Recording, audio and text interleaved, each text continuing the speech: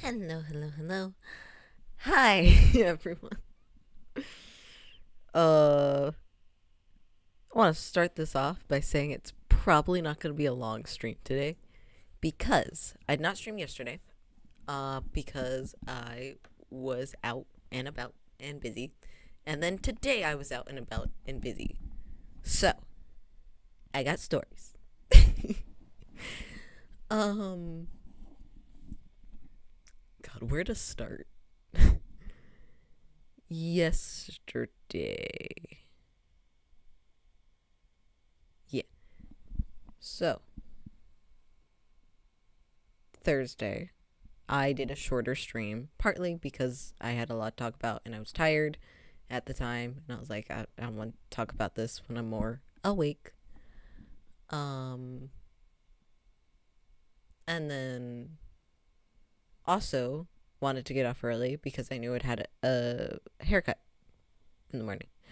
So I indeed got my haircut, got it cut perfectly. Freaking love our stylist. She understands and is not like, oh, but don't you want to keep some, make it long? It's like, no, I prefer it shorter because my hair grows back so quickly. And I prefer not to get another haircut before the wedding. And then Mom and I dropped off some dog food at a shelter. We looked at the animals. There was a bunny. They had gotten into bunnies and they were like, hey, people want a bunny. We can't keep them, so please come adopt them. I was like, that's fair. But they were letting people hold the bunnies, and so I asked the woman if I could hold the bunny, and she was like, yeah. And so she pulled out. She tried to give me the bunny, and I tried to hold the bunny, and that was not the day to be wearing a crop top. I wasn't even wearing a crop top. I was wearing a mesh top with a bra underneath. But needless to say, the bunny scratched my stomach. I was like, okay, I see how it is. My mom joked we should get the bunny for my sister, and I was like, I'm pretty sure her and Alex would kill us if we did that. So, there was the bunny. We looked at the different puppies as well, and bigger dogs. There's so many. I was like, if only Casey was okay with the little sibling. She's not, though, so we're kind of screwed. Yeah, Casey's way too overprotective of us. She does not get along with anything or anyone. Like, even Laura, she did not get along with. So, having another dog is just out of the question entirely. Which sucks, because I'm like, they're so adorable, though.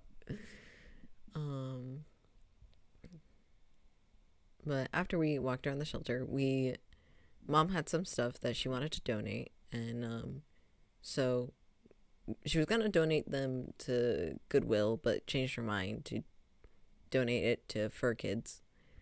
But I hearing Goodwill, I was suggested we go in to look for dress shirts. Honestly, I was thinking we might find a dress shirt because I am a tiny, petite, little, bean over here. So I was like, I don't think even the Men's Warehouse has my size, because we went to Men's Warehouse and they were like, you're too tiny, basically. And because the vest we looked at Men's Warehouse was $94. Yeah, I was like, let's cut costs where we can. And besides, most of my clothes are thrifted anyway, so I did not mind it at all. So we're looking through. Sure enough, we come across several dress shirts. We get two to try on.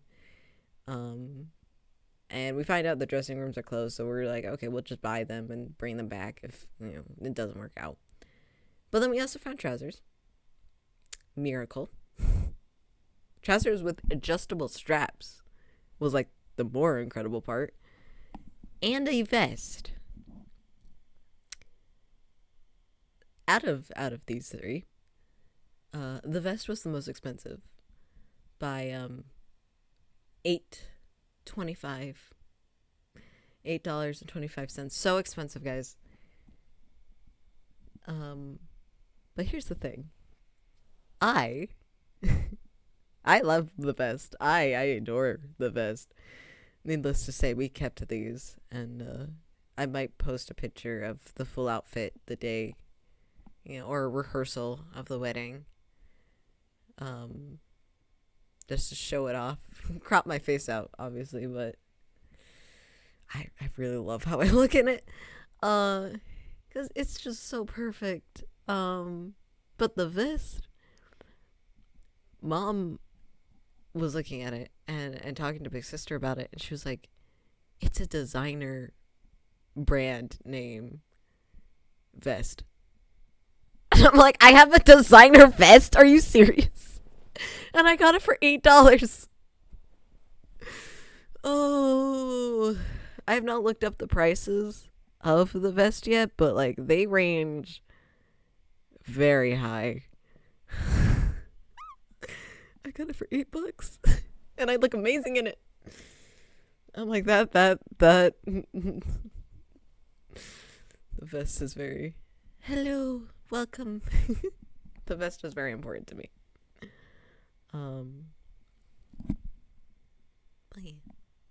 Anyway, I got more clothes from Goodwill as well. I got a dress.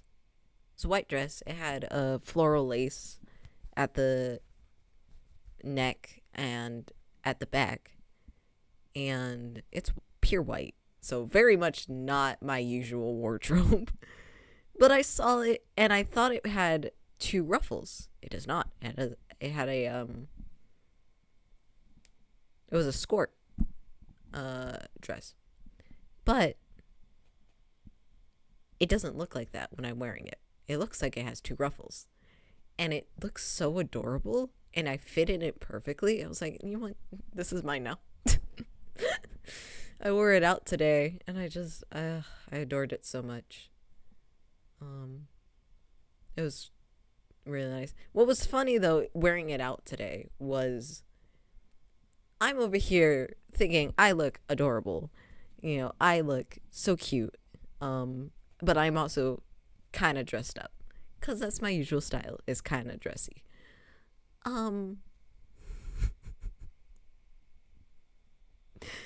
got a compliment on my dress, on my outfit. It was an interesting experience getting that compliment, but I brought one of my stuffed animals with me, as I often do. I bring my stuffed animals. And I brought Mika, and Mika is a husky plush that I have. Tell me why everyone was complimenting my plushie and not me. We had a little boy and his, parent, mom, guardian, and his guardian come up to our table and ask if they can see my husky plush. Look, I love Mika, but like, seriously?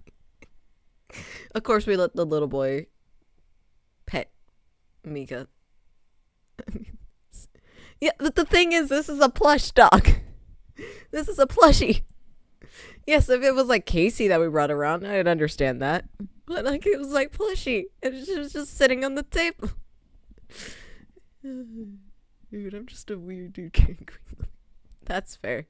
That's fair. I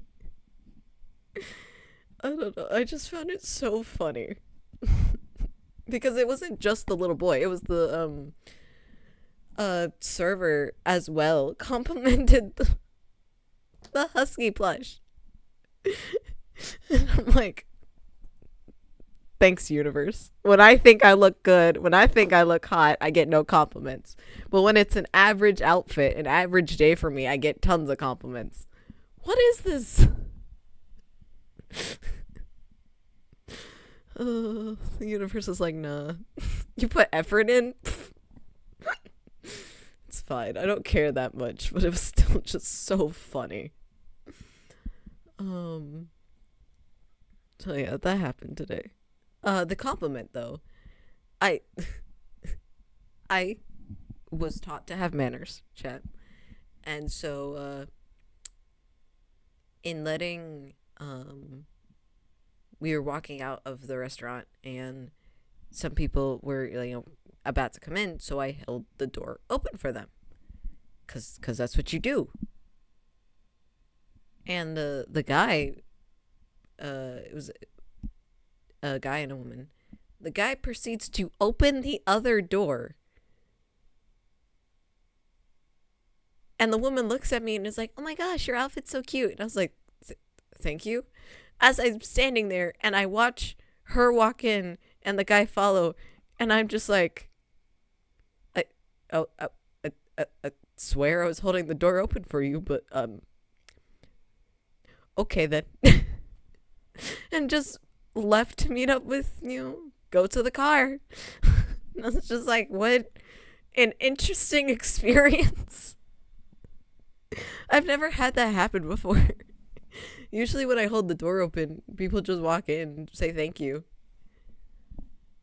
And I'm like, you're welcome, walk away. It's a little weird. Just, I was like, okay. Never had that. All right, whatever.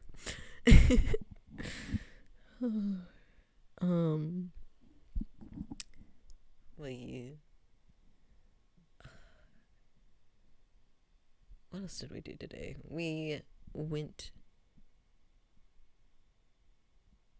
We talked a little bit about scheduling for the wedding, which is mostly up in the air, despite it getting closer. To be fair, it's more like, these are the things we need to do. Now we just need to fit them in the schedule. And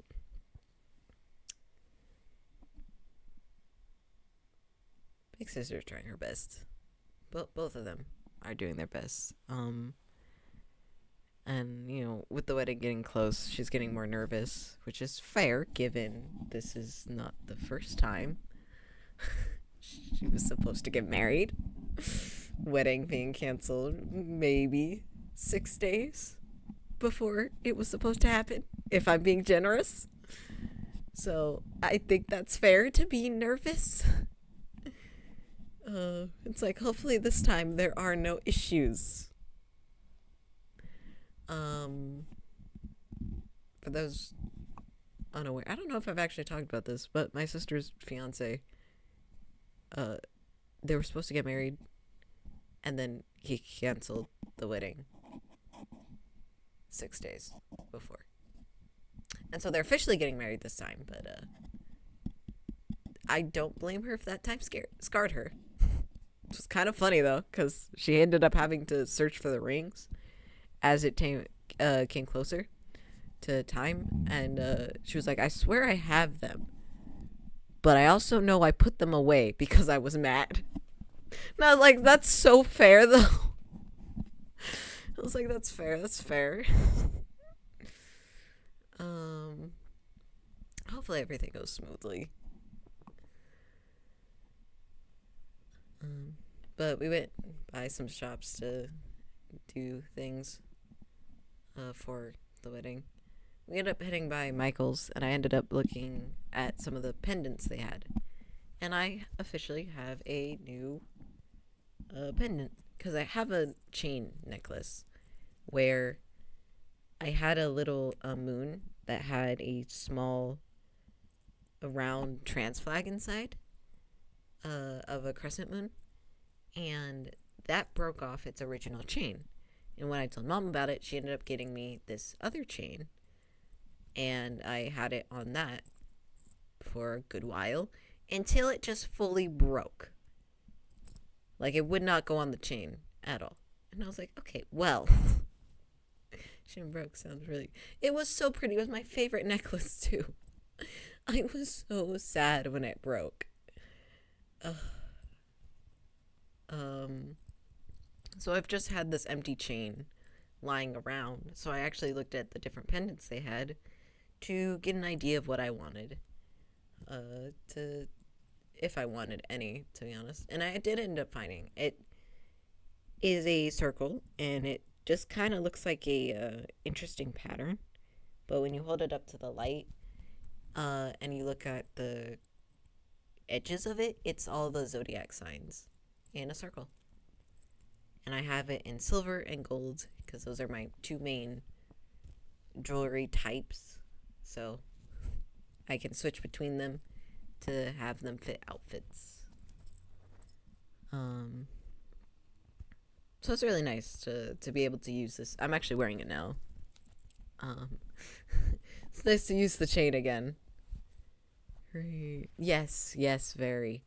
I was looking at so many different types of pendants. I had Mom help me narrow down which one I wanted. There was like a bunch of keys, and they looked so pretty. But like,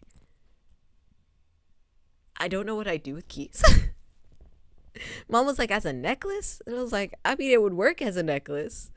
But also, why I don't think anything in my aesthetic says keys. I don't know why I liked them so much. A feather was up there for a little bit because I don't know, it was the most basic out of the weirder options they had. They had some stone pendants. They had a rainbow one, which I was like, hey. I could lean into it. I mean, the old pendant was a trans flag, but we ended up not. They actually had other stones. They had a purple ombre and a greenish blue ombre. And I was like, the green might actually be nice because my eyes being hazel, green tends to come out most in my eyes. So, be nice to have that. Obviously, we ended up going with that. I'm trying to remember what else was on the list. There was a locket, but it was too small to actually put anything in it. And I'm like, if I'm getting a locket, I want to put something in it. There was a little, like, honeybee. But again, that's not really... I don't really see any outfits going with it, unfortunately. But it's fine, because at the end of the day, if I wanted to, I could just go get more pendants and switch between more if I wanted to. So, I love having that ability. Where else did we go? Went to Claire's because Big Sister was looking at certain things for her necklace. And she ended up getting some press-on nails because she wanted to try them out, see if, she feels comfortable in them, because she might wear those to the wedding instead of getting her nails done. She's not even sure if she wants her nails done, so it's just sort of a trial thing. And I was like, that's fair. And it was buy 3 get 1 free type of thing. So she thought she got 6. She got 5. And I, my oh so helpful self, happened to be looking at the little plushies they had. And my big sister looked at me and was like, do you want one? And I was like, yes. So I now have a new plushie. His name is Anti. The reason why his name is Anti is he's a mushroom. He has beady little eyes. No arms. He has little leggies, but no arms. And yeah, he looks like he's about to kill me at a moment's notice. And I love him for it. My little Antichrist. A mushroom. Besides, I thought it was nice because me and my big sister have a thing with mushrooms. Of it being a joke between us. I got another plush too from Goodwill. I got a green dinosaur plush. All this after, a stream of me talking about how many I have too many plushies. Oh, you can never have too many plushies. I take back my previous statements. I love both of them though. But yeah, so I got him. Then we went to the store and got food. I got a cool thing I'm excited to try. Just can't help it. I can't. No, trust me. I showed Mom the fact I got the anti. And Mom was like,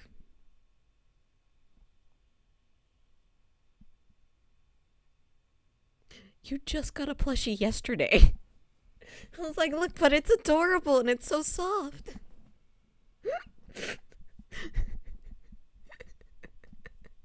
She's like, oh my gosh.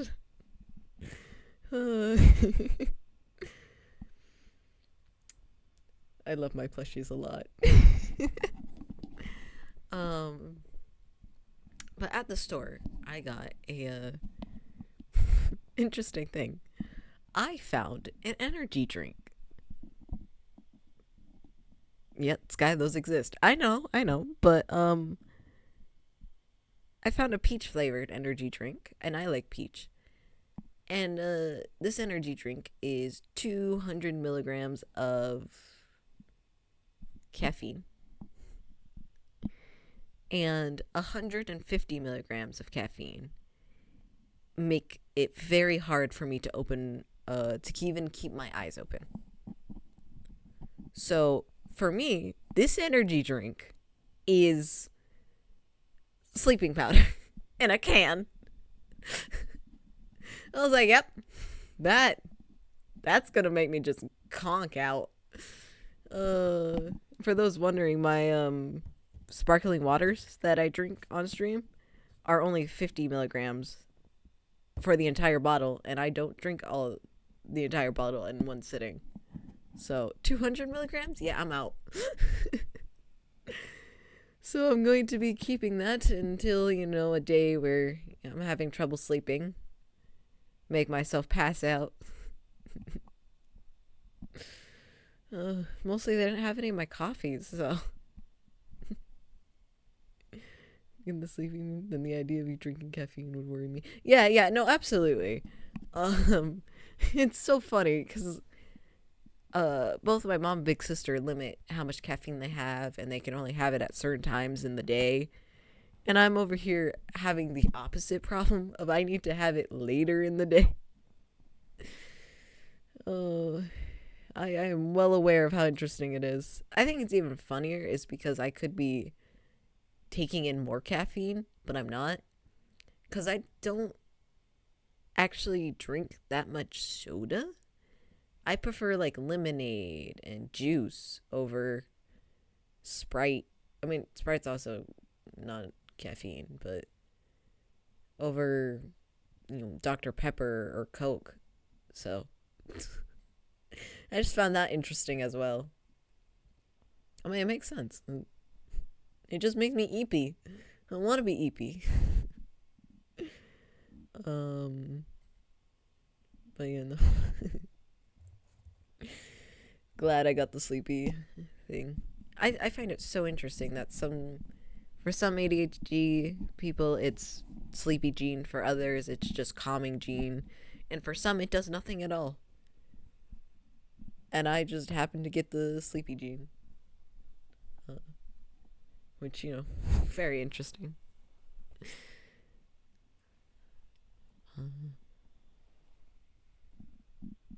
But yeah, excited to try that whenever it comes down to that.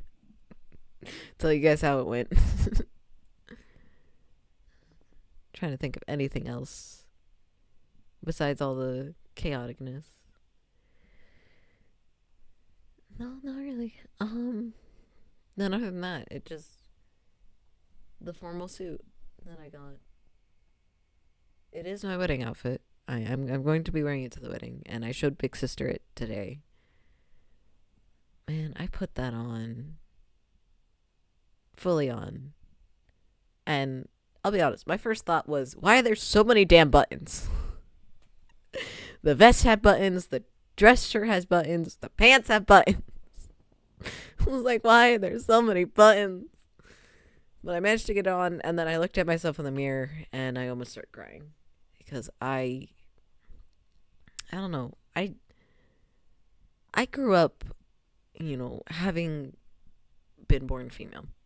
I grew up with the prom dresses, with the wedding dresses of you find that perfect dress.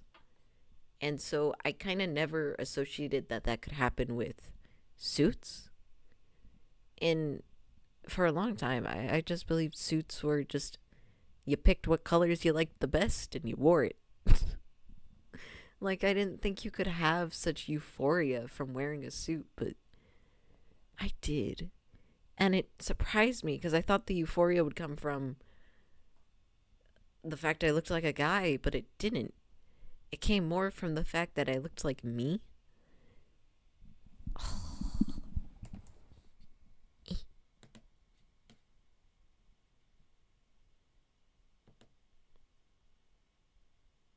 There we go. Anyway. And I looked like me in the best way of like this perfect blend of masculinity and femininity that just made me want to start crying. Because I was just like, damn. And that wasn't even the full ensemble yet. That was just me trying it on. I'm still figuring out certain aspects to do, but I have a good idea of what accessories I'll be wearing.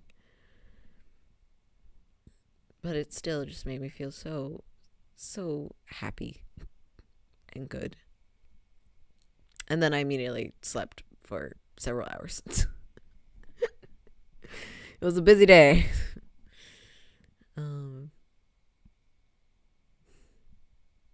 But yeah, it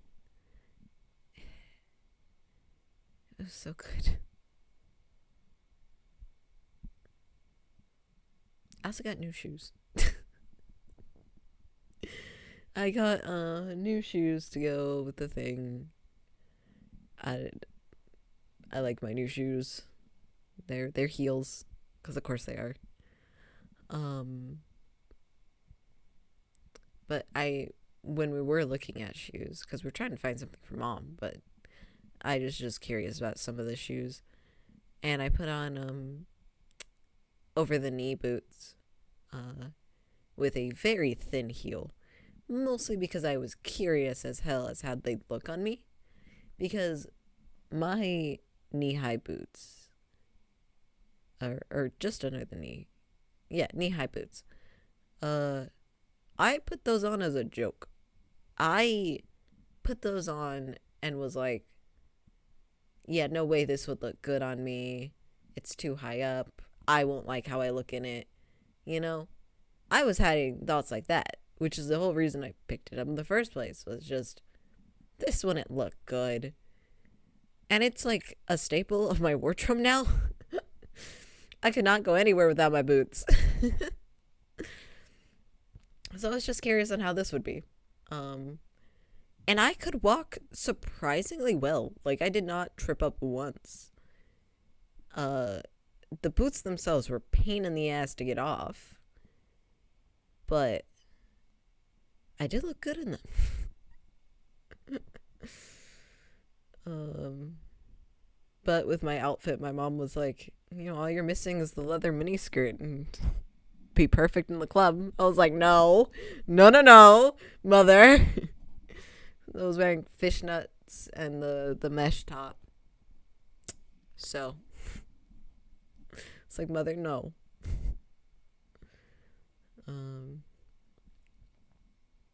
But yeah, that's interesting. I've had a lot of fun hanging out with family. And we're going to the Run Fair Easter Sunday. So that will be exciting too. I'm finally old enough. I could theoretically get a dagger. However, I don't know where I'm going to get the money for a dagger. But I can buy one now. Oh, I've wanted daggers for so long. I think my mom's lucky I don't want swords. I think those are more expensive. I just prefer my tiny daggers. They're so tiny, but so dangerous.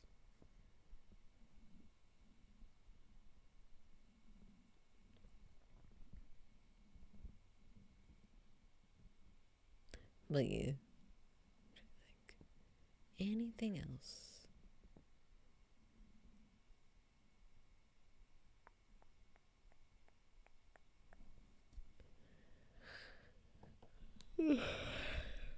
I'm still very tired, to be honest. Because busy 2 days.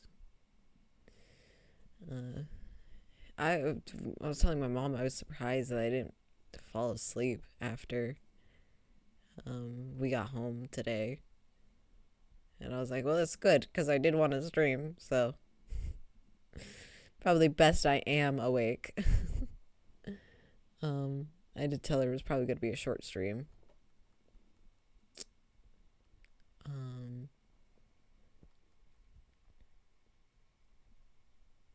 Hi, Didlock. Hello. It's been a while that you've been here. Oh, Didlock, since you have been here, we are 2/4 of the way to affiliate. Funny enough, I noticed Twitch was like, yeah, we're 1/4 of the way to affiliate, and I was like, I haven't even hit community yet. What are you talking about, Twitch? And it was like, now you've fulfilled one of the requirements. I was like, oh okay. Huh? I have a screenshot of it because I was so shocked by it. The requirements I have are the stream 8 hours a month and average 3 concurrent viewers / stream per stream. So, got those. The final 2 goals are get 50 followers and stream 7 days a month. I was like, okay.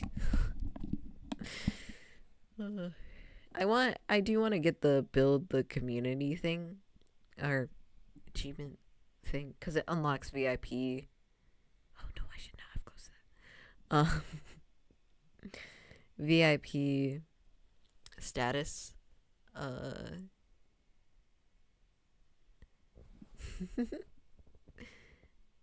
And I would love to get that, for example, for you, Didlock. Some of my regulars who come in here who aren't mods but are still, very important to me. I want to show off how long you guys have been here. Why do you have VIP? I've watched his streams. Like, truthfully, it's because I appreciate you guys and I appreciate you guys being here. I mean, I also want to make emotes of the mods. If I am able to unlock emotes. Just because I think it'd be nice to... What's the word? Throw a homage? No. Appreciate the mods. They do a lot. / bully me. Mostly bully me. But they are here. Yeah, exactly.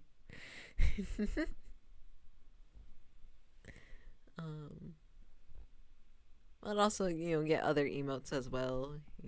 The different emotions being different avatars and having one that's like, get back to the game. That can be spammed if I'm, too off topic. Like, there's a game to play. Please, streamer, please.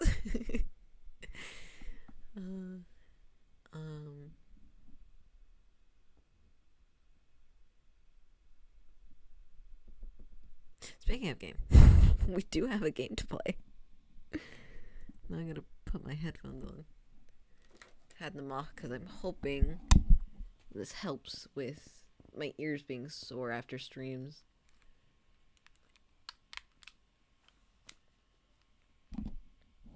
There we go.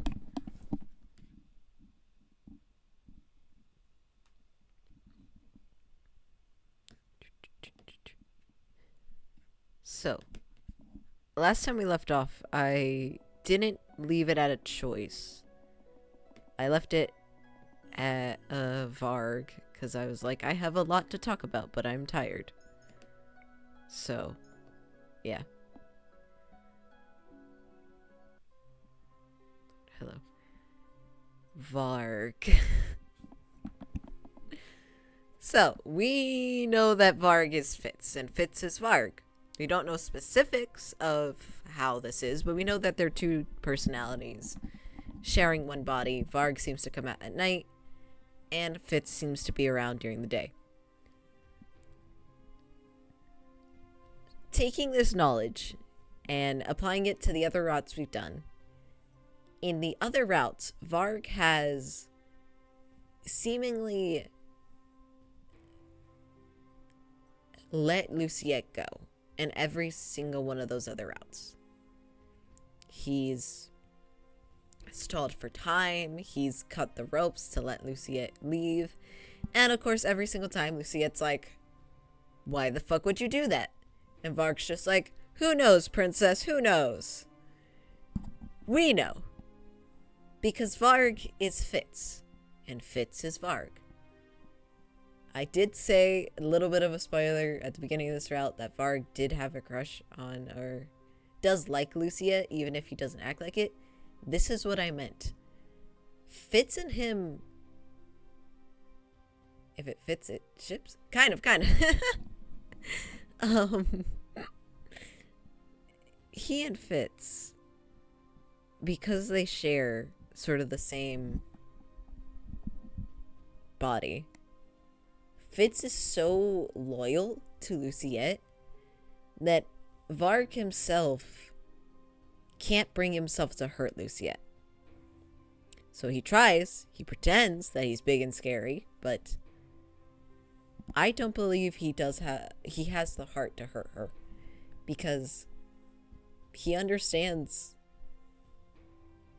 that Fitz likes her, and he understands that on some level he likes her as well. And, which makes it so interesting to me how morally gray Varg is for that point. Like, Varg cannot betray Mithros. But he can stall. He can pretend and act like he doesn't understand things, because who's going to call it out for him? But brings up another point. We saw Sir Alacaster punch Varg.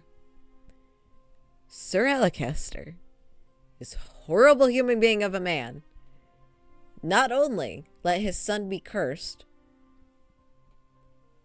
but also has no qualms hurting his son. He knows Varg is Fitz, and he's still like, you work for me. You are not my son. And I believe he even calls Fitz, like, too soft-hearted. Like, Sir Alacaster is the worst. I don't know how Fitz came out of such a man. Fitz is just a ray of sunshine. Alacaster is... oh. But he's horrible. So Varg is interesting to me for those reasons. It's also intriguing because while Alacaster at least pretends to play family with Fitz, with Varg he does not. And so my guess, at least my personal headcanon, is that Varg is jealous of Fitz. He can't mount the usual hip shirt, I'm sure. True. The thing is, we don't know Fitz's mom, so we can't even be sure about that. I don't remember anything about his mom. So it's like, who knows? Who knows? But I assume he came out the normal way.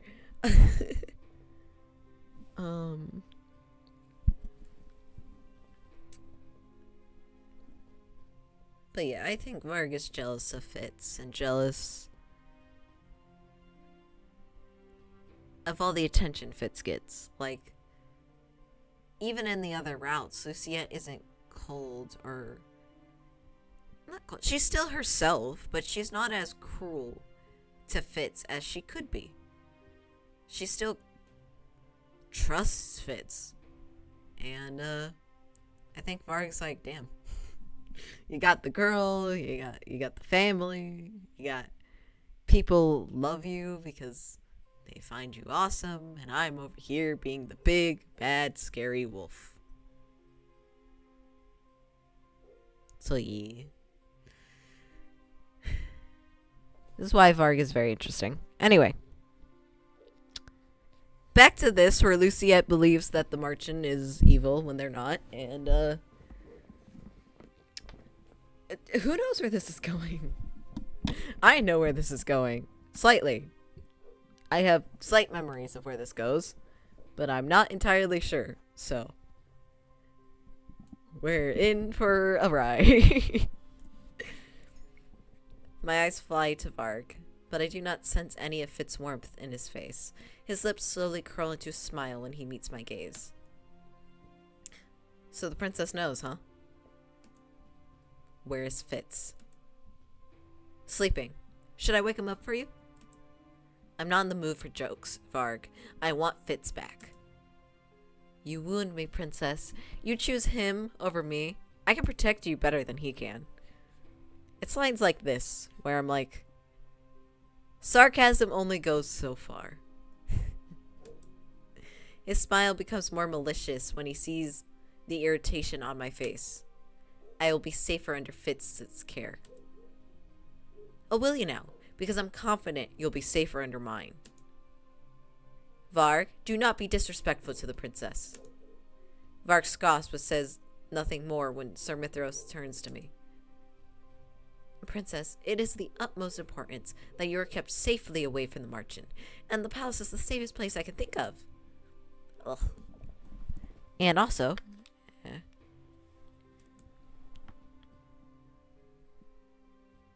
Ah, you bastard. How dare you? Oh. And also your mother requires something of you. What is he talking about? Mother is dead. Correct, Luciette. Tell me what it is. Hold on. I'm wearing earrings and I'm realizing that's a bad decision. Yeah, take them out.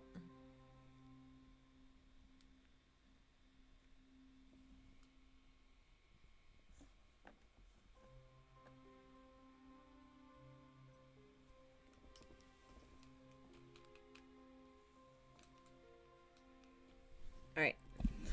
There we go.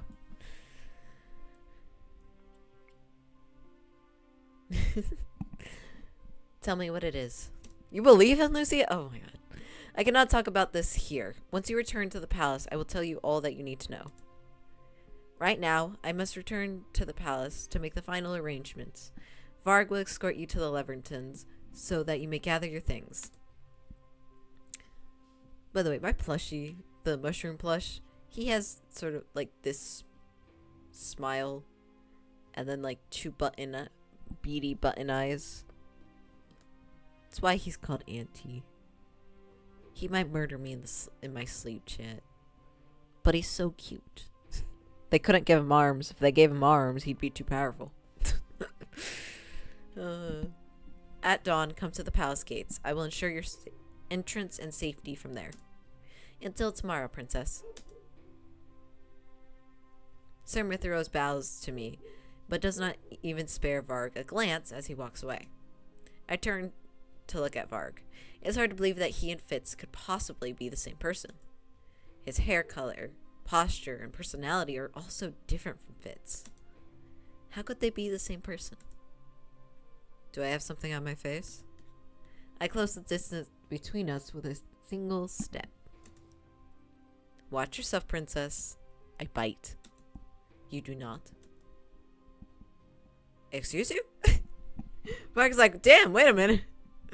Why are you so confident?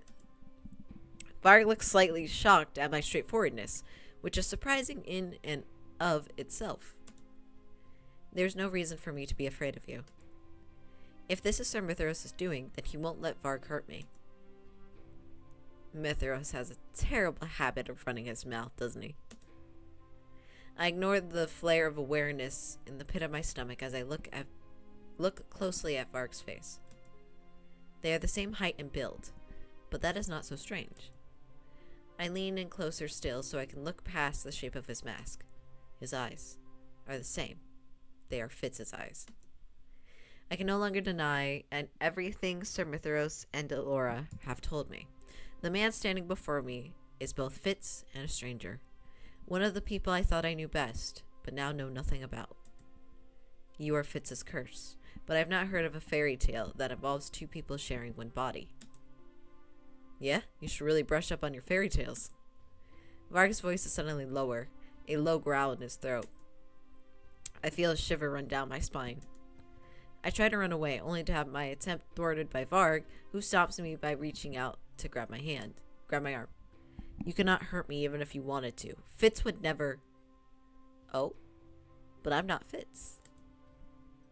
Your sad little puppy knight might worship the ground you walk on. He might sit and beg for even a single scrap of your attention. But guess what? I'm not your dog. This. I think, on some level, Varg is controlled by Fitz's emotions. And he despises that, but it's also why he can't hurt Luciette. And why he, in the other routes, goes as far as to release her. He abruptly releases me and turns swiftly on his heels before walking away, footsteps smooth. For a moment I stand there shocked. How could he insult Fitz in such a manner if they are the same person? How could a curse change Fitz into someone like Varg? Well, very easily, Prince. I know what his curse is. But I don't remember when we get that reveal. It's not that hard to figure out if you're paying close attention. Why does he have that opinion of Fitz? Well, we don't know. Oh, by the way, I'm choosing that because I feel like arguing with him is not going to result in anything but Varg getting upset. So, let's not piss off the man that... Well, he can't hurt us. He's still... Oh, there? Why does he have that opinion of Fitz? Noted. If anything, Varg is the animal. Fitz is twice the man he is. So close, Luciette.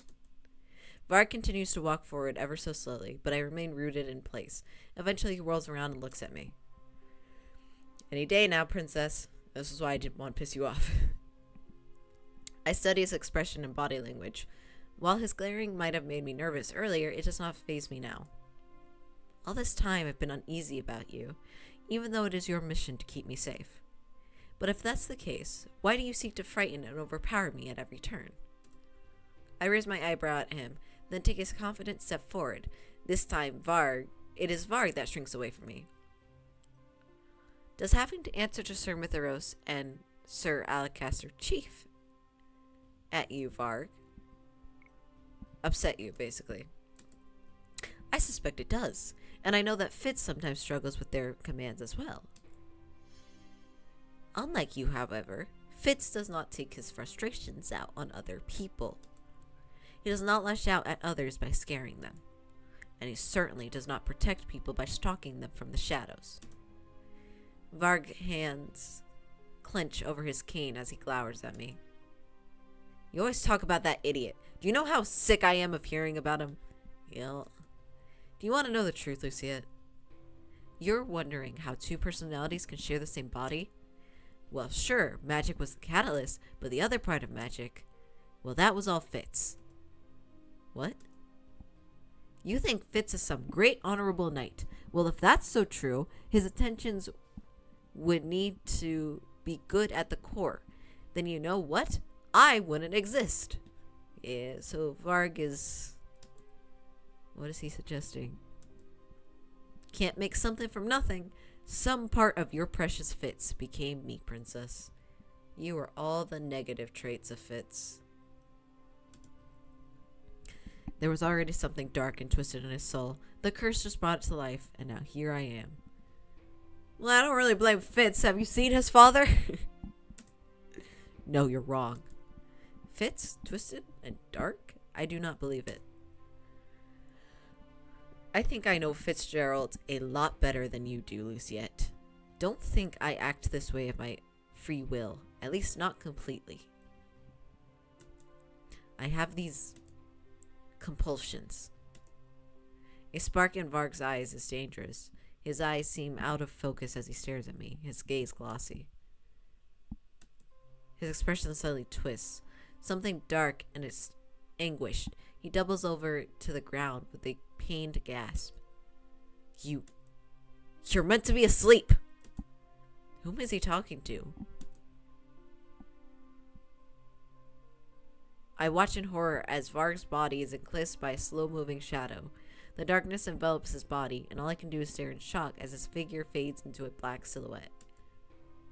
Before I can decide whether to go to his side or not, the shadows tumble like a fallen cloak. I immediately recognize the man standing before me. Fitz! Princess?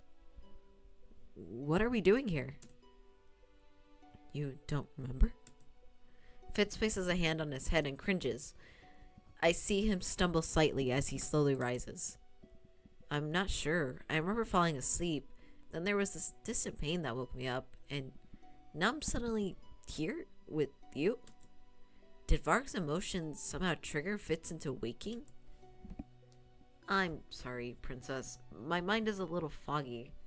I don't understand what's going on right now. Fitz shakes his head before turning to look at me with a tired, faint smile.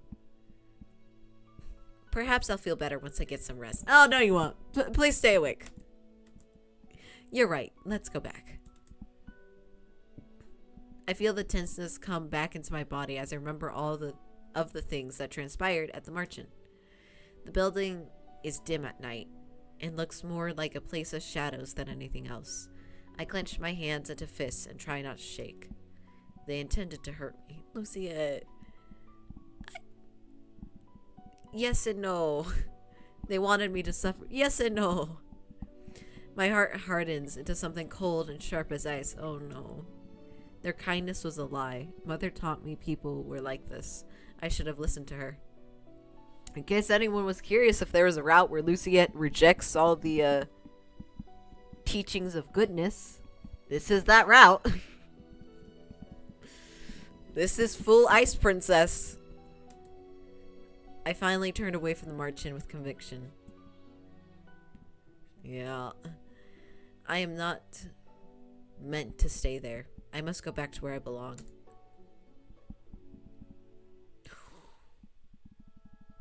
Shit. Flashback. Luciette, are you alright? No, fucker, you've left her alone for so long. Why wouldn't I be? Your personal maid left last night. Yes. Is it true you caught her trying to steal one of your dolls? Why would I lie about that? I'm sorry. Why? Because she betrayed your trust. Hey, Gennaro, you're a bit late on that. She says she's fine, but she's not really fine. Yeah, very much so. Oh. I just hate Gennaro because he's like, oh, my poor daughter. I wish I could reach out to you and, you know, have your love, except I don't actually reach out and I let you be raised under your mother who corrupted you so badly that you don't trust anyone and take, companionship in the form of inanimate objects, your dolls, and they are the only things that can comfort you. But that's not my fault. Like, if Gennaro had a bit more confidence, if he wasn't such a coward and had actually sat Lucia down and spent time with her and tried to understand what was going on, tried to get her help. That's her like, yeah. Poor baby girl.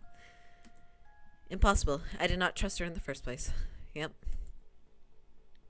But wasn't she with you for years? Yeah, Gennaro. It's almost like your wife corrupted her. Yes.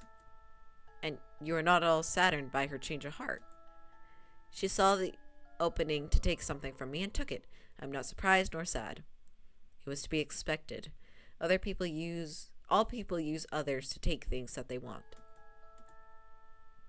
Yeah, Gennaro. I wonder where she learned that from. Why is my daughter, who I let stay with my insane wife, speaking like my insane wife? I wonder. Princess, why are we here? He really doesn't remember anything about last night. I guess his memories must truly be separate from Varg's. Can Varg see what Fitz does? I never thought about it. I'm trying to remember, but my memories feel like they're slipping through my fingers. Why won't you talk to me, Princess? If I said or did anything wrong yesterday, there are 3 months to exit this world. Take, convert, barter. Yes. Yep. I'm sorry. You did not do anything wrong, Fitz. He was the one at fault, not you. He? When I open my mouth to tell him about Vargs, I find the words are stuck in my throat. I turn away after a few moments, the gloom settling back on my shoulders. But after hearing what Varg said, I do not have the courage to tell him. Not yet. You think Fitz is some great, honorable knight. Well, if that's true, then I wouldn't exist. Can't make something from nothing. Dark and twisted. Why won't you look at me? Have I been a fool to so blindly trust Fitz all this time? Princess, you are here. Sir Mitharos, the preparations are complete. You are now free to enter your old home. Sir Mitharos pushes open the gates and walks through. I take a deep breath and follow after him. I have so many emotions inside of me right now that I cannot even begin to parse through them. Before I take more than a few steps forward, Fitz's fingers curl around my wrist. Princess, what is happening? The beginning of the end. That's what's happening. The look in his eyes is familiar. He wears the same concern and worry for me that he always does. He seems every bit of himself, but he's no longer the same person to me. I'm going home, Fitz. I pull my arm away from his grasp and follow Sir Mitharos into the palace without looking back.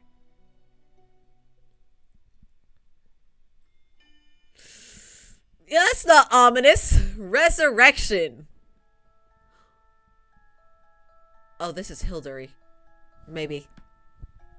Oh, this is baby Luciette. Oh, no. Tell me the story again. Do you never tire of that story, love? Please? Well, since you asked so nicely. Once upon a time, there was a queen who had a daughter that she loved very much. But the kingdom the queen ruled was cruel and mean place. There were liars and thieves, and it was terribly dangerous. The queen knew that the kingdom would never be safe for her beloved daughter if she didn't work to change it. So the queen worked day and night with magic. Hush, dear. So the queen worked day and night and used her magic to take the bad people's energy from them so they couldn't cheat, steal, and lie. And then the queen made sure that energy would stay with her and her beloved daughter so nothing could harm them ever again. And then the queen and her daughter lived happily ever after. House 11 took right. Here I am, stuck in the middle with you. Yeah. Yeah. Uh-oh. Oh.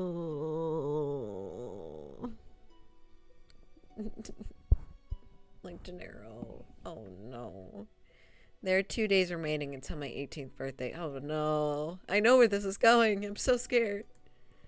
I've been living in the palace for the last few months. While it is not what I expected, it is not so dissimilar that I am uncomfortable. I get to stay in my own room, and I'm served the same food as the occupants of the palace. Only now I'm not expected to share my meals with the king and his family.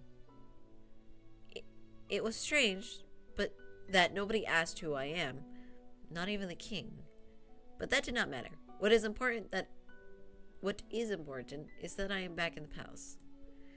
Only a witch like Sir Mithrose could have orchestrated all this. Magic was all I needed to bring you back here. Convenient, isn't it? Who exactly are you, Sir Mithrose? What is a witch like you doing here in the palace? I'm your mother's faithful servant, Your Highness. But I do not recall ever seeing you here until after Mother passed away. I did not work within the palace at the time, but once your mother passed, I took a job here to fulfill her wishes to protect you. I was consumed with worry when you disappeared all those months ago. Bullshit. I suspected immediately that you were cursed and that the Lucius Bearer had acted to keep you concealed from me. If only you could understand the relief I felt when I learned that Fitz had found you. How will you prove that you are not like the people of the Marchen? That you will not lie to me or betray me? Sir Mithrose kneels in front of me and places a hand over his heart. I made a promise to my queen that I would give you my undying loyalty, princess. I would protect you with my life. Him saying that does little to convince me that I could trust him. Good, Luciette! Do not trust him! Everything I'm doing is in service to my queen and my princess. No, it's just to your queen. You just want to fuck the queen. We could see through you, Mithrose. You very much just love the queen. So what is it that Mother requires me to do? Patience. I wouldn't want to ruin the surprise. Sir Mithrose claims that he is Mother's faithful servant. That should be enough reason for me to trust him, but I'm still on edge. What is the surprise he has in store for me? My thoughts drift back to the occupants of the Marchen. They kept saying that they cared about me, yet I've not heard from them at all. Even Rod, who lives here, I barely even see him. Oh, damn. I mean, that's expected. Rod's kind of an asshole, so... And Fitz. Since I returned to the palace, I've been seeing less and less of Fitz, and more of Varg. In the beginning, I continually asked Fitz about his memories of specific days, of times when he was Varg. Fitz never seemed to recall anything. He just smiled sheepishly and told me that his age was probably making his memory worse. Fitz isn't even that old. He's not. He's young. Since then, things have changed. I no longer bother asking Fitz about things he surely does not remember. Fitz does not remember anything related to Varg. Yet Varg retains all of his memories as Fitz. Good to know. I know I should tell Fitz about Varg, but it is the fear that he would not believe me, but also something much worse. I'm worried that whatever it is inside of Fitz would only lash out at me, the part of him that Varg came from. If I were Fitz, I would not be able to believe it either. I look toward my shelf of dolls, unable to shake my feelings of disquiet. Disquit? The dolls are same as always, their glossy gazes focused on nothing and everything. It looks so empty without. No, I do not miss her. I do not miss anyone. Oh, she misses Delora. Right? Delora was her favorite doll after all. Oh. A sound of footsteps pulls me from my thoughts. Who else is wandering the halls at this time of night? I am unable to retain my curiosity, and the emotion soon drives me from my room and out into the hallway.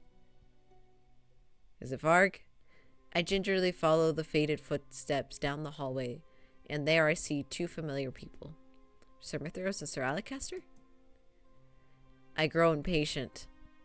2 days is an insignificant amount of time when you've already waited so long. I've been waiting years. The princess is safe and will continue to be safe just as you have required. Our agreement was clear, Sir Alacaster. I will not help you until after the princess turns 18. I would remember the sort of aid you have requested of me. What prevents us from killing Gennaro now? A small gasp from my mouth, comes from my mouth, and I am unable to muffle it in time, despite the fact I hold my hands up to my lips to keep myself from shouting. I stop breathing even as my mind whirls. Kill the king? Why would Sir Alacaster and Sir Mithras want that? Because Sir Alacaster wants power. That sound. Do not try and distract me. What do we lose by acting now? We could lose everything if we act too hastily. I think it would do you good to learn some patience from your son. Oh, hello, Varg. Varg. Sir Alacaster. Varg, what a pleasant surprise. Hello, all three antagonists all in one place. I am scared. Mithras smirks as Varg moves to stand just off to the side of the two men, his expression solemn. I trust you have tamed Fritz. What are you talking about? Have you not noticed? Even when your own son is being overwhelmed, Varg is gaining control, slowly but surely. He no longer has to wait for Fritz's consciousness to descend to sleep. In a few weeks, perhaps even days, Varg may be able to help us during the day. Then that is why I've only seen Varg at night. If he can act during the day as well, what will happen to Fritz? I hope you're not trying to avoid your mission in staying here. How curious. Perhaps Fritz is stronger than you think. Oh, so even Mithras has noticed. Hey, Varg, you won't do certain things. Why? That weakling. Don't make me laugh. I just find this extremely boring. Varg shrugs before walking away. How interesting. I do not approve of his methods. Oh, really? Says the bastard that cursed his son. What would you have me do to improve him? He completes every task you give him. He has softened. Well, let us see if he completes this task. Then we will know for certain where his loyalties lie. As Sir Mithras and Sir Alacaster begin to walk away, I exhale. I feel a slight shudder when Sir Mithras stops and gazes behind him, his eyes wandering to my hiding place at the end of the hall. My heart thumps loudly in my ears as I wait to hear him leave. The wind has a bitter chill to it tonight, like ice. Yeah, bitch, I'm the ice princess. Mithras turns on his heels with a slight twitch of his lips before he disappears. I make my way back to my room in a daze. My whole body feels weak, and when I eventually get to my bed, I crash down on it feeling numb. They mean to kill the king, but why? Sir Alacaster and Sir Mithras are two of his most trusted advisors. Yeah, well, the king's a fucking dumbass. Hey, king, we think this man might be planning your demise. Nah, he's just a little silly. I'm keeping him with me. Gennaro, this is why Sir Alacaster has taken the throne several times. This is why it's so easy to take the throne from you. He's just a little guy. He's holding a sword to my neck, but he's just a little guy. Exactly. Oh.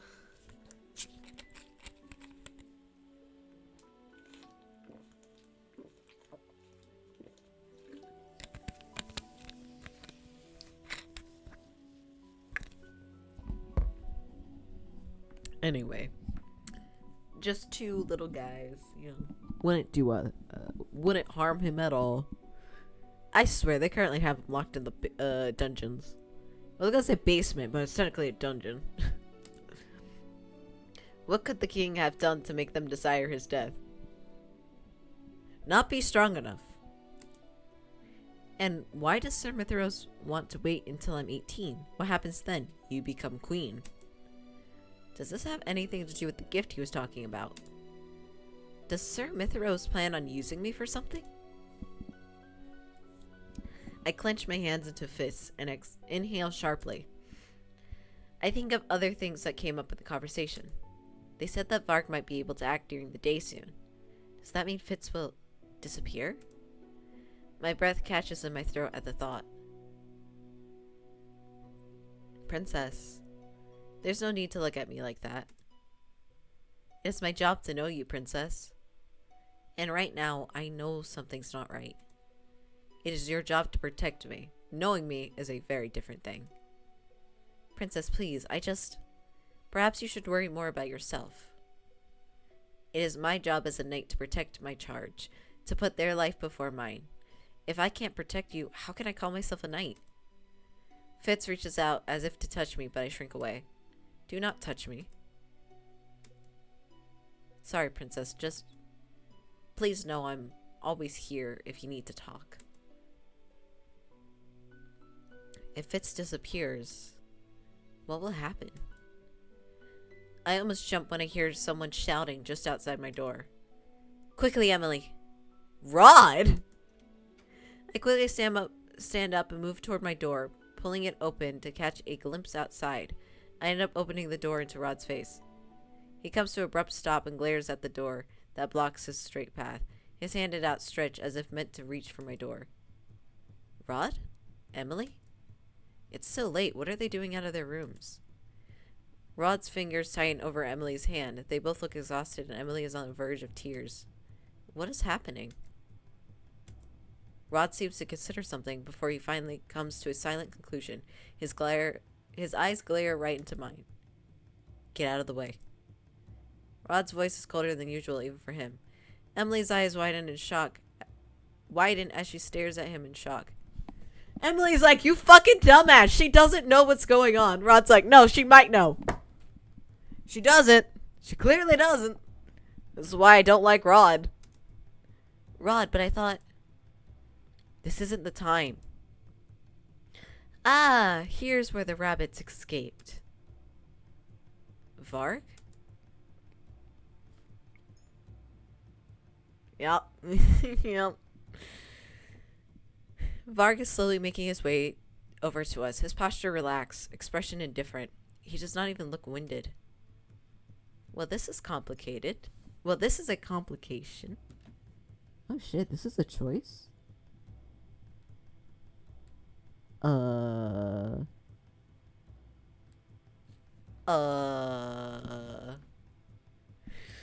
Look, I might hate Rod's ass, but Emily's always been kind.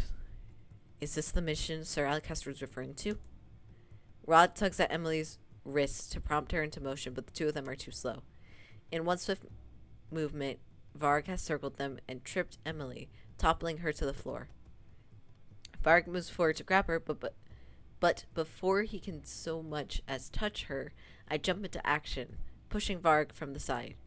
I move to stand between Emily and Varg. I hear Rod helping his sister up, but my eyes are trained on Varg. What are you going to do to them? Why do you care? Why do I care? Because I know this isn't something Fitz would do. Varg hesitates, giving Rod time to act. Rod throws a vial that breaks upon impact with the floor. It releases a cloud of smoke that envelops everything around it. I feel someone's fingers at my wrist, and then I am being dragged away. When my vision clears, I see Emily standing before me, holding my wrist tightly. Come on! What was that? It was something Lady Parfait made for our escape.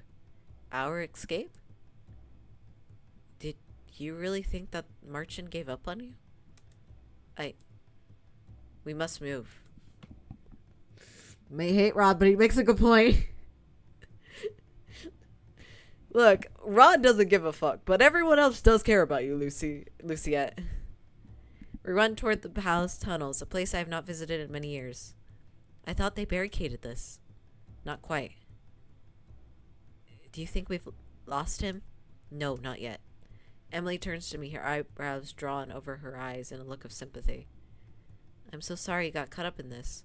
I know we were all meant to escape together, according to Rod, but we were not expecting it to be like this. It was difficult to get a hold of you with Varg hanging around. But thank you for what you did back there. Yeah, Rod, are you gonna say thank you? Or is it just Emily the polite one? I don't know what I would have done if you hadn't helped us. I'm suddenly uncomfortable speaking to her, so I turn to face Rod instead. She's too nice to me. Anyway, hello, asshole. What does Varg want with you? My best guess is he wants us dead. That can't be. How else would you explain the way he came after us, Em? But why would he want you dead? Rod's bright eyes seem fiercer in the darkness of the tunnels. I think it must be what his master wants. After all, dogs only respond to orders. I'm offended, Prince. Oh, fuck. Well, we did say he was still there. You. I whirl around, dread rising in my chest as I turn to look at Varg, who is slowly catching up to us. This was meant to be quick. Varg looks at me, his eyes glittering with amusement. But, as always, you complicate things, Princess. I cannot hide how much I am trembling, but I still hold out my arm to protect the siblings. Go. Not without you. Go now. Come on.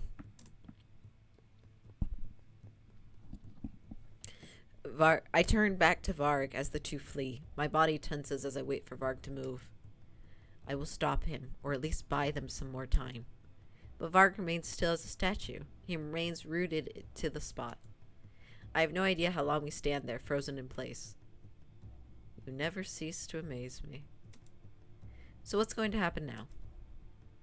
Are you going to kill them? He's not answering. Does that mean I'm right?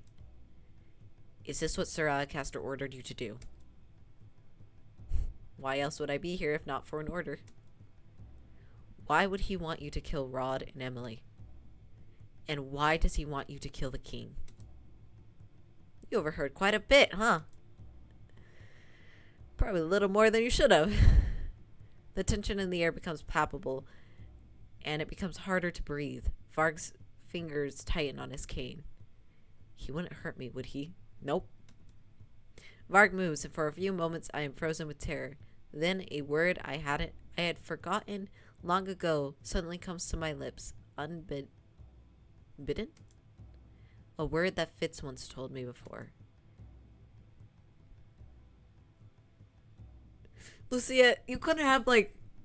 Fitz, give me an easier word. How do I say this? Adival? Adival? Adival. This time, it is Varg that freezes. He raises his cane, but it never comes down. His eyes are wild, even though he hasn't moved. Suddenly, he looks as if he's restraining himself. I can see the struggle on his contorted expression, and then I realize that he is fighting to stay in control. It worked? I remain still for another moment, my mind racing. Fitz! Varg drops to his knees, and I see shadows forming beneath him. Tendrils of darkness snake their way up his body, beginning to engulf him. This is what happened last time when he changed back into Fitz. There's still awareness in Varg's eyes, however. His gaze is cold and accusatory. It remains that way even as the shadows creep their way up his face. I find my feet again and rush past Varg into the depths of the palace. I run, too frightened of what I might find if I look back. Are you alright? If you're truly worried for my safety, then you should have told the king how unsafe it was for me to leave the palace. Oh, this was right after she left and she was glared at. Isn't that a knight's job, Sir Fitzgerald? Do you have so little faith in me? What? Don't you trust me to keep you safe, princess? 3 years ago, when I swore I would give my life for yours, I meant it. I still do. I would never let anything harm you, ever. Perhaps I need to make another promise to you, princess, so that I may ease your worries. Remember this carefully, okay? Fuck, how did I say it? Adava? Adava. What does that mean? It's from an old language that no one speaks anymore. It's what people used to say when they were calling for help. Something to call when I need help. If for any reason I'm not there and you need me, just say that word. Scream it at the top of your lungs if you need to. I promise I'll come running. A knight would never break a promise to his lady. Trust in me. I have to go.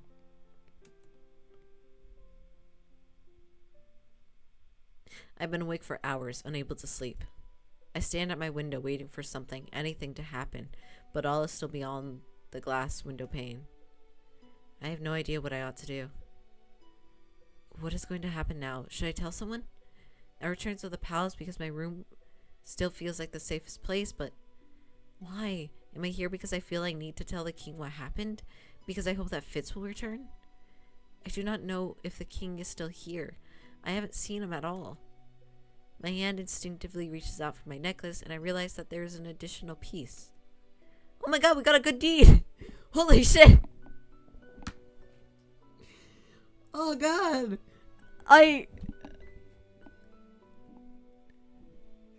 Damn. Yeah, it's been so long that I forgot about the slipper completely. I doubt we're gonna complete it. I feel like this is a case of we're gonna break it before completing the good deeds. I look down and a small gasp escapes my lips when I notice a new piece of the glass slipper. A new piece of the slipper? But how? What was my good deed? I remember the night I helped Rod and Emily escape from Varg. That was a good deed? Who? Fitz! Princess! Fitz! Ugh. Oh, I gotta readjust.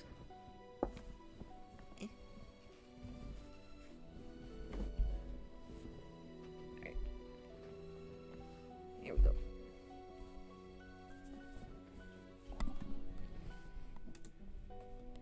I've been looking for Prince Rod and Princess Emily. Have you seen them? My eyes begin to sting. I'm startled when I realize that there are tears burning in my eyes.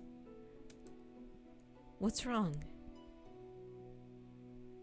Varg is gaining control, slowly but surely.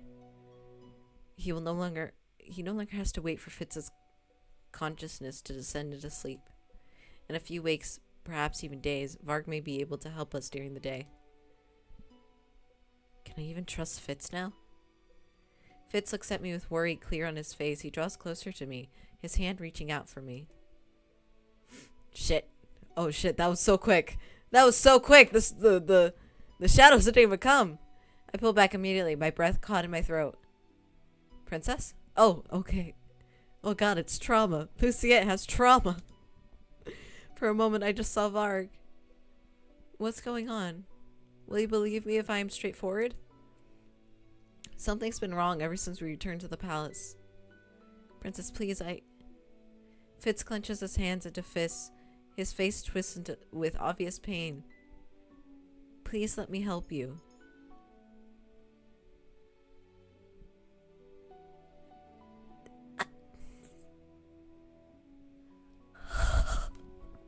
It's the boy!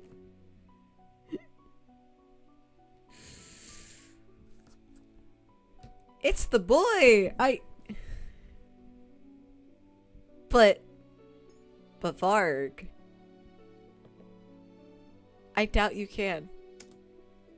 My chest begins to ache and my heart feels heavy. You never believed me. There's certainty in Fitz's eyes that were not there before. He looks at me with fierce determination. Try me. I sigh and rub my hand over my eyes. You are cursed. His silence is all the response I need. I knew this would happen. I knew he would still not believe. I knew he still wouldn't believe me. Princess, we've talked about this before, but what exactly are you seeing that makes you so firmly believe that? I am warily. Will he really listen to me? You are cursed with an alternate personality, a cruel one. I've known him for months now. Varg, well, You, Fitz, were going to kill Rod and Emily last night. He reaches out to rest his hand on top of mine on the windowsill. His determination has dwindled into uncertainty. You don't believe me. I believe you, Princess. I can see it in your eyes, Fitz. You doubt me. I do not doubt you, Princess. I am just confused. How could I not know about the existence of an alternate personality, or about a curse inflicted on me? I pull my hand from him and cross to the other side of my room so that my bed acts as a barrier between us. But Varg knows you. How is it possible that Varg is so aware of you when you do not even know he exists? I begin to pace, my emotions whirling. How am I supposed to trust you when you won't even trust me? I knew you weren't going to believe me. How could I have been so stupid to think you would? Princess. He begins to move forward toward me, but I stop him in his tracks with a single glare. Don't. Silence descends upon my room. When I finally look at Fitz again, I see the man. The man I see is a stranger, gone as the Fitz I knew, and standing in his place is nothing but a shadow. I thought he would be different. He showed me so much kindness and pretended to care, and yet... Mother was right. Mother was always right. No. These are bad sentiments. Bad, Luciette. No. Mother is not right. Mother is very wrong. I feel a dull ache in my chest as I turn my heels to look away from Fitz. This is what happens when you trust in someone. This is what happens when you begin to believe in others. Fitz. I gasp when I feel strong arms wrap around me from behind. I can feel Fitz's warm breath against the back of my neck. It sends shivers tumbling down my spine. Let me go, Fitz. No. I order you to let me go. But Fitz only tightens his grip. While the warm embrace is suffocating, it is also oddly comforting. Sorry, Princess. I cannot be ordered to leave you like this. I swore an oath to you, and I made a promise to myself that I would always stand by your side. No matter how much you push me away, I will always be here for you. From the day I was assigned to you, I saw how much you suffered. That is why I will protect you with everything that I am.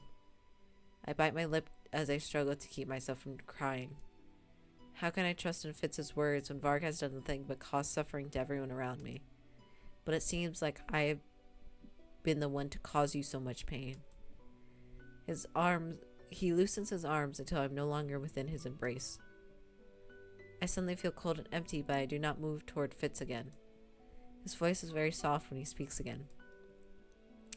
I am sorry. I do not look up when he leaves. You cannot rely on anyone but yourself. You cannot trust anyone but yourself. How can I have forgotten that? Shit. Transition scene! If I had been able to have my way, I would not have left my room at all. After everything that has happened, I do not think I want to know what Sir Mithros' request is. I'm also worried about this so-called wonderful gift he wants to show me. Perhaps he means to kill me along with the king. Surely I should be more alarmed at this epiphany. Oh god, she's not even scared of death at the current moment. And yet, for some reason, I only feel numb. I do not acknowledge Varg when he enters the room. Princess? I'd ask what you're thinking about, but it's written all over your face. That, and I happen to have memories of it too. Poor Princess. Your knight in shining armor turned out to be less of a hero than you thought, Stop it. Hurts, doesn't it? Well, I did tell you. I wonder why you're so surprised. Varg, you... I think you're annoying our princess, Varg. Sir Mithros' presence, for once, is actually a relief. He bows to me, but I no longer believe the smile on his face. Princess, you have my most sincere thanks for agreeing to meet me at such late notice. What is it that you want to show me, Sir Mithros? Actually, answer me this first, as it has been troubling for me for some time. Why do you want to kill the king? I see we have much to talk about. Let us walk and talk, if you do not mind. Sir Mithros looks at Varg. Do not disturb us, Varg. Varg disappears back into whatever shadow he emerged from as Sir Mithros and I make our way back into the hall. It seems my suspicions were correct. You did overhear Alacaster and I the other night, didn't you? Princess, I must assure you that I have nothing but your best wishes at heart. It is not that I... Blah, blah, blah. It is not I... Oh, yeah, no, I'm saying it right. Fuck. It's just weird to say that. It is not I that wishes to remove your father from power. That is Sir Alacaster's desire. Is this what Julian spoke of all those months ago? Did she discover Sir Alacaster's motives only to be discharged from the order as a result? Yep. Why did you agree to help him? I required Sir Alacaster's assistance for certain things. It was a mutually beneficial decision for both of us to work together.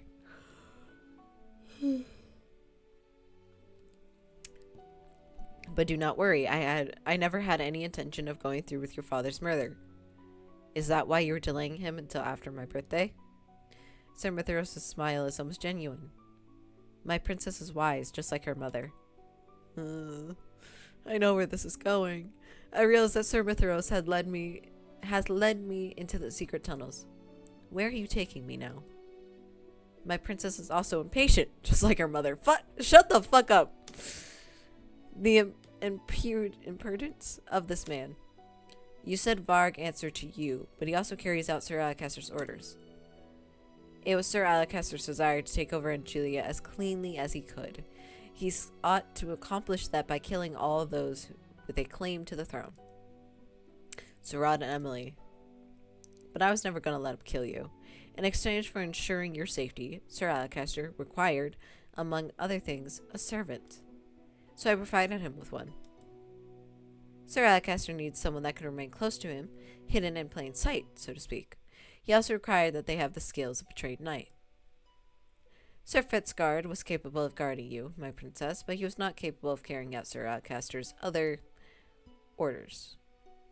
But why go through such lengths to curse Fitz? Princess. Sir Mithros focuses an intent gaze on me. Something dangerous and bright shimmers in his eyes. I shrink back. Any threat to your life had to be removed. Besides, I am under the impression that your loyal knight would happily sacrifice part of himself in order to become the perfect guardian. What do you gain from doing all of this? I require something from you. Something only you can provide. It is something I had to wait for, as you need to be 18 in order to give it to me. Hey! If I didn't know where this was going, this would be a very concerning sentence. I've been preparing this gift for you for a long time, my princess. It is a gift. It is the gift of resurrection. I will bring back the queen. What? Will you help me? Mother is fucking dead! Mother is dead! Only a name.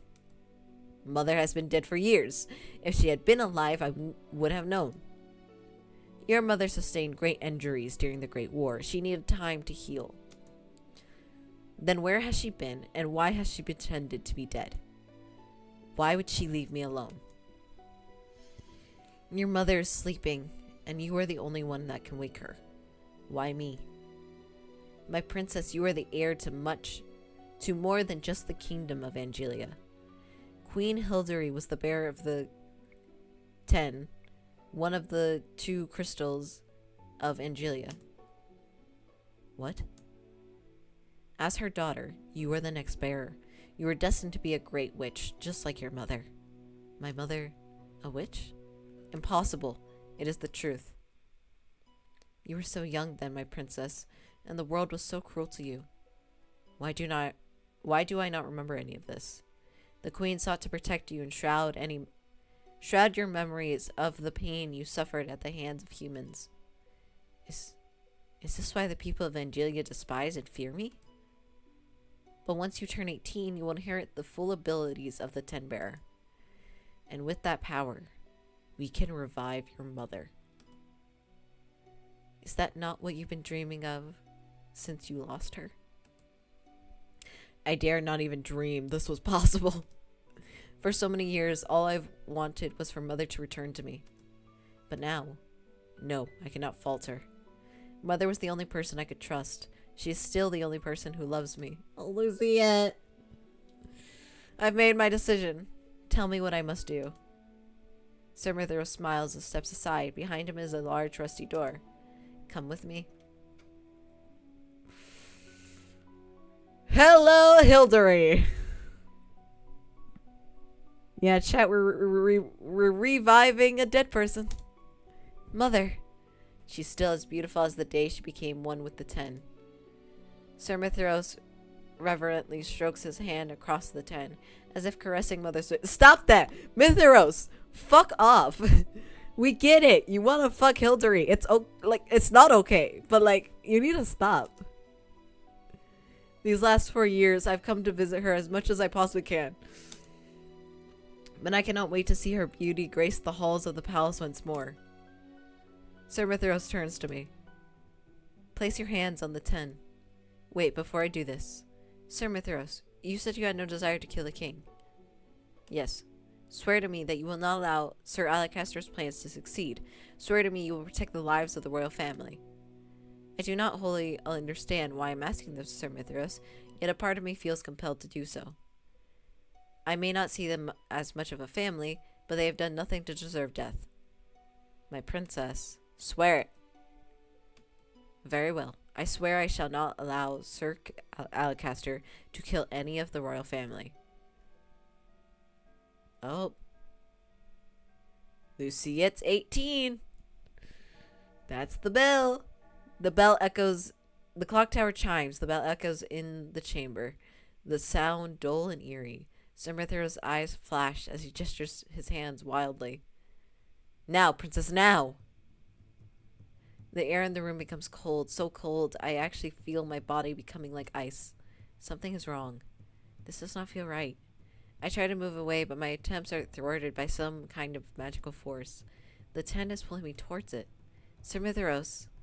It is too late to turn back now, princess. No! The pull is strong, and I am drawn to it like a magnet. The invisible force renders me a puppet. It takes hold of my body and forces me to raise my hands to the crystal. I press my palms against the face of the 10, my hands framing my mother's face, her expression so gentle in her unnatural sleep. The 10 is freezing beneath my fingertips at first, but it steadily begins to warm as the clock continues counting down to 12. The warmer the 10 grows, the colder my body feels. It feels like it is sapping all of my energy. Like the 10 is feeding off of me. The pain starts slowly. It creeps up and out until it is flooding my entire body. I attempt to twist my body away from the 10's surface, but my hands are stuck. I turn to Mithras for help, but there's nothing but a crazed glee and his smile. Yes, yes! His eyes are focused on the crystallized form of my mother. I become dimly aware of the tears that are beginning to fall from my eyes. I cannot go on like this. My vision starts to blur until I feel myself falling into endless darkness.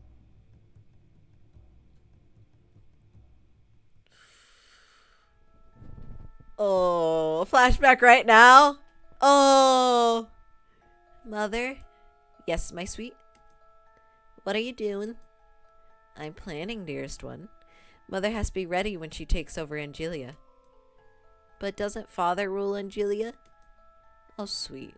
Father will be too tired to rule. Will soon be too tired to rule. Mother will rule for him. And when you are grown, you shall follow my footsteps. I will make Angelia a kingdom to behold, my darling. You will never be hurt, and no one shall deny you anything. God, as fucked up as her mother is, you cannot deny that in some fucked up way she did love Luciette. It's not a good love. It's a very toxic love. But she does love her. The people will bend to your whim and will behave as they ought to. Though there will be no bad people? No, dearest one. There'll be no bad people in our kingdom. I'll make sure of that. Kill Mithras! Perspective! Chapter 7. Opening my eyes and moving my body is a struggle. I feel sluggish and numb, and there is a suffocating heat in my chest that makes it difficult to breathe. When I finally do rise, my thoughts are tangled and confused. Where am I? She lives. Why are you without your mask? I turn my head just in time to see Varg rise from a chair just to the side of my bed. Has he been sitting there watching me? And he's not wearing his mask. What are you doing here? You've been out for a week, princess. A week? I think I would know how long you've been playing Sleeping Beauty. After all, I've been here the whole damn... Varg quickly clears his throat before gazing down at me, an exasperated expression on his face. Do you remember what happened? Memories suddenly flood through my mind. They are fragments, but together they create a startling picture. Sir Mithras in a room. 12 chimes of the clock. My 18th birthday. The 10. And... Mother! I sit up immediately, only to succumb to a wave of nausea and dizziness. Much to my surprise, Varg reaches out to steady me, his grip firm but gentle. Slow down, princess. You're not ready to fight me yet. What time is it? Almost dawn. Will he become Fitz again in a few hours? Or have I lost Fitz forever? Would you believe me if I told you Fitz doesn't want to see you? Ah! Ah! Fuck you! You didn't need to say that! Like, that hit me! Damn! Fuck you! I don't believe you. The awareness of my last conversation with Fitz hits me in full force. After what happened the last time we spoke, I am not surprised that Fitz does not want to see me. He was too ashamed to face you. I had no idea Fitz would react the way he did to your words. I have most of his stronger memories. Not all of them, but most. I thought he'd have most of mine too, but I guess that's not the case. What memories do you have? That's none of your business. The expression on his face is clouded. For a few moments he is silent, thoughtful. In the beginning, they were mostly of you. What? Var glances away. I notice the way his fingers drum uneasily on his cane and stare. I've never seen Var look like this. I carefully slide my way over to the edge of my bed, allowing my feet to dangle to the floor. Fitz cares for you, princess. Take my word for it, if no one else's. Why is he suddenly telling me this? 'Cause Varg is morally gray. He's an utter asshole, but he does feel what Fitz does. And he is a part of Fitz, so he knows damn well. We love this woman. We'd risk our lives for this woman. We're probably gonna risk our life for this woman. When will I ever see him again? Will I ever see him again? Or has he lost to you? Varg flinches back from me, taking a few steps back to put some distance between the two of us. I cannot say. I watch Varg closely. I've never noticed it before, but Varg's emotions are very clear if you know what to look for.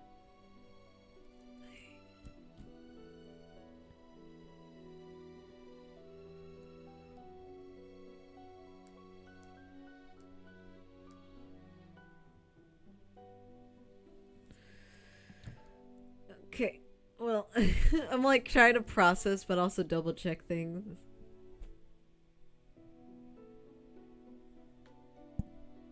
We gotta press him, I mean, press him.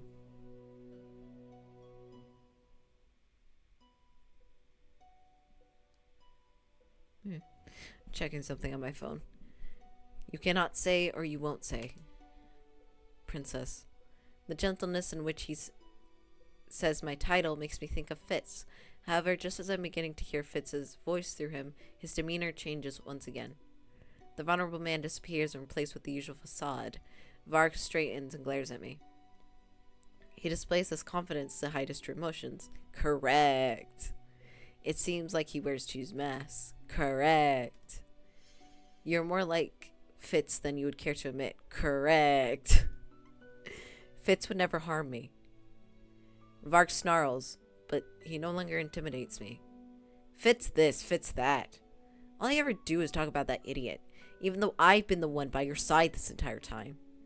He is jealous of himself. Fitz is nothing compared to me. Then why do you feel threatened by him?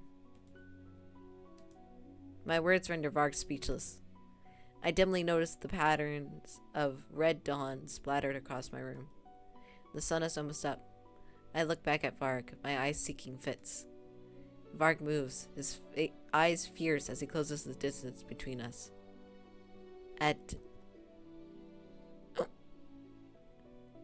Varg! Jesus, this is the second person that kissed without consent. Is very important. Varg presses his lips to mine, effectively stifling the rest of the word. Only have a moment to gasp out for breath before Varg kisses me again, more deeply. I raise my hands to push him away for a brief second as my mind hazes over in shock. Varg takes advantage of my confusion and moves forward again, an unreadable expression in his eyes as he leans over me. I try to pull away, but Varg tingles his hand in my hair, tilting my head back to press his lips firmly against mine once more. No, this is not right. Correct, Luciet. I tremble as his free arm sweeps down my back and eventually comes to rest at my waist. Why is he kissing me? That's a great question. He doesn't even like me. That is incorrect. Anger clears my mind. I ball my hands into fists and shove at Varg's chest. His eyes are bright and out of focus when I am able to look at them. His chest betrays his labored breathing. I wipe the back of my hand against my mouth as I glare at Varg. I do not trust myself to speak without screaming at him. Coherence slowly starts to filter back into his gaze. I can see the awareness in his gaze, along with guilt. I suddenly realize that my cheeks are now wet with tears. Why am I crying? Varg takes a step toward me. Though he does not utter a single word, I can see from his body language that he means to apologize. He reaches out a hand as if to touch my face. No! I move back and close my eyes. Good girl, Luciet. Adava, or... Adiva? Adiva? This word might be said like 15 different ways in this playthrough. Adiva? Luciet? I open my eyes when I hear a familiar voice and watch as Fitz quickly rushes to my side and kneels in front of me. His hands cup my face and his thumbs brush against my cheeks, wiping away the tears that I cannot stop. What did he do, Princess? Fitz. I feel suddenly overwhelmed, like there's too much whirling in my mind. I'm not sure how long we sit there. It feels short, like a single moment, but it could have been an eternity. I'm sorry, Princess. I shake my head in an attempt to clear my fractured thoughts. Fitz frowns, but the expression clears as he brushes my hair away from my face. His fingertips gently trace my cheeks as he speaks. I failed as your knight.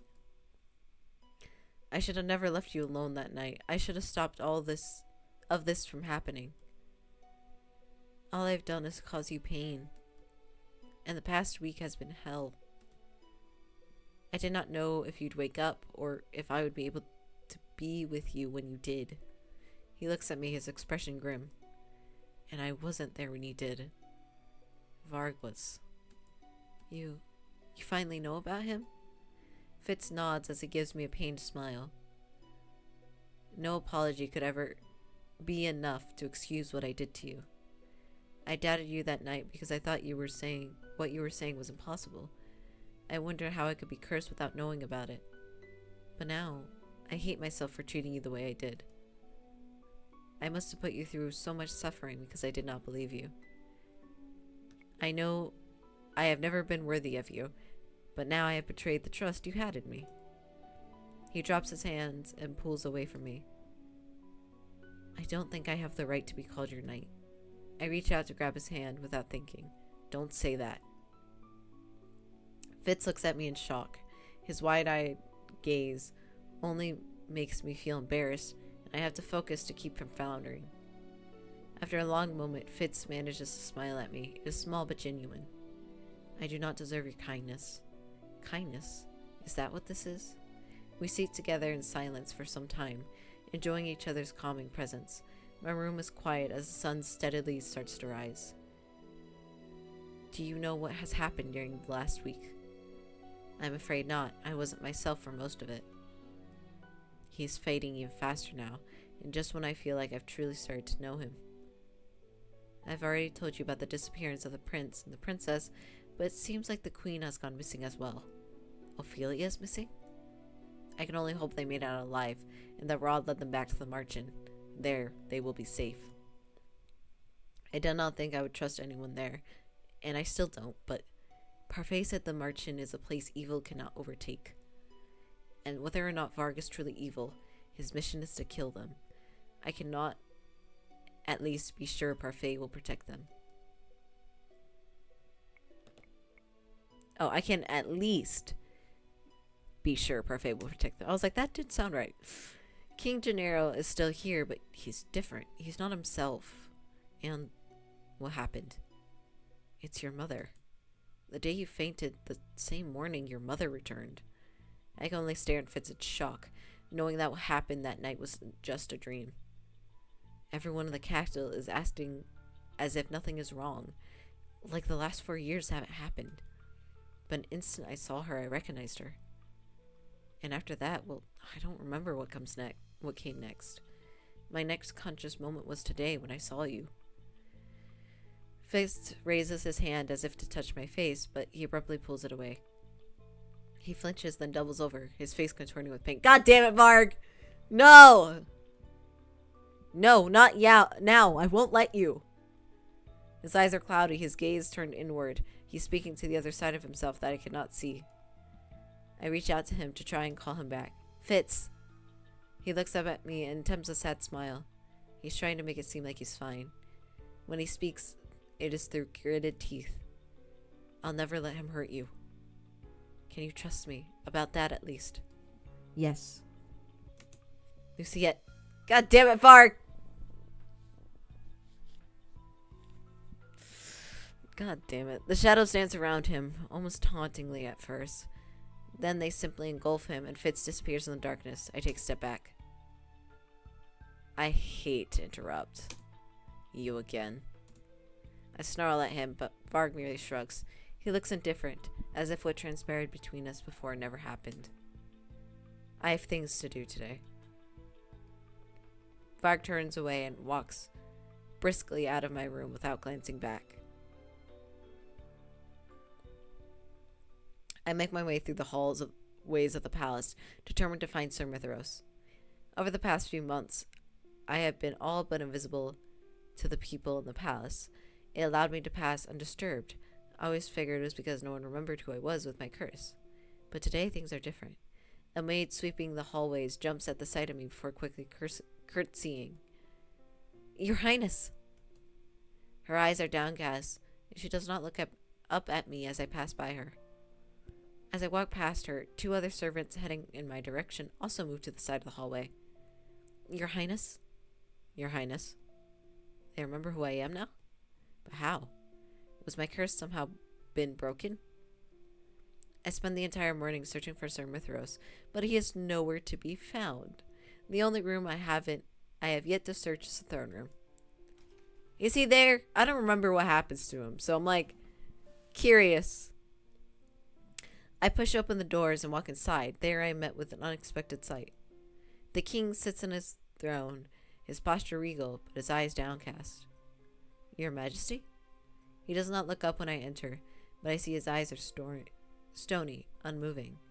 I approach him cautiously, and upon closer look, I notice how his eyes look so empty. It's almost as if he cannot see me. I inhale, and something catches in my throat. My heart begins to beat rapidly. What have they done to you? Oh, god damn it, he is still here. My princess. I whirl around to see Sir Mithros approaching with a smile. Where did he come from? I could have sworn there was no one else here when I entered. Sir Mithros. I was just on my way to see you. Varg just told me you had awakened. What is wrong with the king? Physically, there's nothing wrong with him at all. Anger begins to burn within me. You swore you wouldn't harm him. Is he not alive, my princess? Take a good look at him. The king is completely unharmed. The change in Sir Mithrios' expression is subtle, but I can feel the malice in his gaze. Ha ha ha ha! God damn it, you won't let me kill your father, so I can't fuck your mother. See, it's like, stop trying! I don't even think my mother wants you in that way. I think you're like a little puppy to her. If that. Like, you don't mean that much. I should add, it was difficult to keep this promise, princess. My queen will be having words with you about this. Mother? Where is she? She has left the palace for the time being. You have been unconscious for a week. My queen could not spend every moment fretting by your bedside. Yes, she could. But didn't Varg say he was the one to stay by my side? Yep. Yes, he did. I still don't like Hildur. I shake the thought from my mind. When will I be seeing her? At dinner, I assume. Now, if that is all... Wait.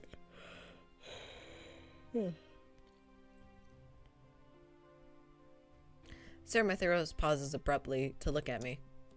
The servants I met in the hallway seem to remember me. How? You really cannot guess? He sighs and runs a hand through his hair.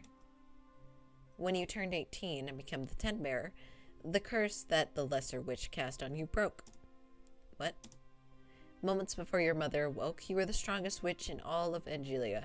And then my mother took all my power, didn't she? A lesser witch's spell could not have any effect over you. Congratulations, princess. You are no longer a victim of the curse. Your life is back to the way it was before. Now, is there anything else you would like to ask me? Yes, there is. About Fitz.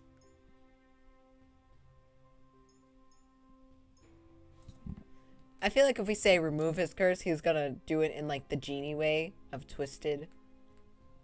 You know. I removed it. He's dead, but I removed it. How do I break his curse? Much to my astonishment, Sir Mithrios begins to laugh. The sound is cruel, so sharp and deadly, it cuts through whatever hope had been forming in my heart. You wish to break his curse? Oh, princess, you should have told me earlier you cared so much about the boy. Perhaps then I would have tailored his curse to your requirements. Poor, upstanding, chivalrous Fitz. In many ways, he was too much of a knight for his father's liking. Sir Mithrios leans closer to me, so close I can see the crazed gleam in his eyes. Back the fuck away, dude. Would you like to know why I cursed him, princess? I remain rooted in place, but not flinching away from Mithrios is harder than I would have thought. Sir Alacaster approached his son for help, expecting him to help kill the king and take over the throne, but Fitz refused. Sir Alacaster needed an obedient servant, and Fitz deserved to be punished for stepping out of line. No. So I removed those memories of Alacaster telling Fitz of his devious plans, and gave him the curse. Fitz has the Little Red Riding Hood curse. There is, after all, no better servant than the big, bad wolf. He has all the power and drive of a predator, but is still so obedient. Wolves are closely related to dogs, after all. And better yet, the big, bad wolf will always stay close to the lady he desires to devour. I feel disgust seething in my stomach. I've created the perfect servant for Sir Alacaster. In short, Sir Mithrios suddenly reaches out a hand to grab my face by the chin. He forces my head at a painful angle. There is no breaking his curse, princess. Not unless Fitz is somehow able to mentally overpower Varg. And we all know how formidable Varg is. Sir Mithrios releases me. Now, put the idea out of your pretty little head. I'm gonna tell my mother that you hurt me. She'll kill you then. I don't like Mithrios. He is the antagonist. Don't you already have everything you've ever wanted? He smiles wearily before turning and walking out of the throne room, leaving me alone and trembling. To break the curse, Fritz has to overthrow Varg in his own mind? A sudden cold descends upon me. I wrap my arms around myself and shudder. I turn to look at the king, but he has not moved since my encounter with Sir Mithoros. Your Majesty, did I do this to you? Mother, if she were here, she could make sense of it for me. Mother, where are you? I stare at my now trembling hands. This is not what I wanted at all. Princess, we cannot... I am the crown princess. Which is why we cannot allow you to leave on your own, Your Highness. It is strange to think just a few months ago, these are the same men that did everything they could to keep me out of the palace. Your Highness, you need an escort if you want to leave. I can take care of myself. Back to being a nuisance, I see. Oh, back to having a mask, I see. Sir. They know who he is. I watch in stunned silence as both soldiers salute to Varg. Varg turns to smirk at me. Well, what's going on here? The princess wishes to leave the palace to visit the town. Does she now? I can feel Varg's eyes on me, but I freeze to look at him. Fine, I will accompany her. But the queen said... The words die in the man's throat as Varg turns to glower at him. His eyes flash with impatience, and it is enough to coax the soldier into silence. Open the gates. Morally gray. He could very well have been like, nope, can't go, princess. Yes, sir. The gates swing open, and I rush out, thinking maybe if I move fast enough, I can lose Varg. So what are we here for? Though I tried my hardest to shake him, Varg is still irritatingly close. It is impossible to leave him. Princess? Varg leans out to wrap his hands around my elbow, pulling me to stop in the shadows of an alleyway. My irritation is immediate. I look up to glare at him. What are we doing in town? As much as I don't want to agree with those idiot knights, you really shouldn't be wandering the streets. My next words are cold and sharp. Why not? Before, that was what everyone insisted I do. And now the only thing everyone wants is for me to stay indoors. Varg is silent for a few moments before letting out an exasperated sigh. Angelia is not what it was, princess. What are you talking about? Varg places his hands on my shoulders and turns me so that I am looking out onto the streets. I am not overly familiar with the kingdom, but even I can tell that something is off. The shops that had once colorful display windows are now empty. Their displays are dull or non-existent. The liveliness of the market stalls is all but gone. My gaze is drawn to the bakery shop that Fitz had taken me all those months ago. Its dim windows tell me that it is closed. There's so many different sweets here. Buy whatever you like. Are you certain? Absolutely. I know nothing makes you happier than a good pastry. How do you know that? Well, it's a nice job to know these sort of things. Just how much do you know about me? Nothing that anyone else wouldn't know. What's my favorite color? Blue. My favorite flower? Lilies. I told you that these croissants were famous, right? Those are my favorites. I'll get a croissant then. Not a custard Danish? I thought you liked those best. A croissant, of course, right away. An all too familiar ache beats within my chest. Has it been that long since that day? Everything was so vibrant and full of energy back then. This place was so lively. There was music that filled the streets and performances everywhere, but now, so much has changed. It's so silent. The streets are so empty, and the eyes of people, their eyes are glazed and unseeing, just like the king's. I step forward to get a better look without realizing. I am only dimly aware of Varg's hands, which have not moved from my shoulders. What happened? The queen happened.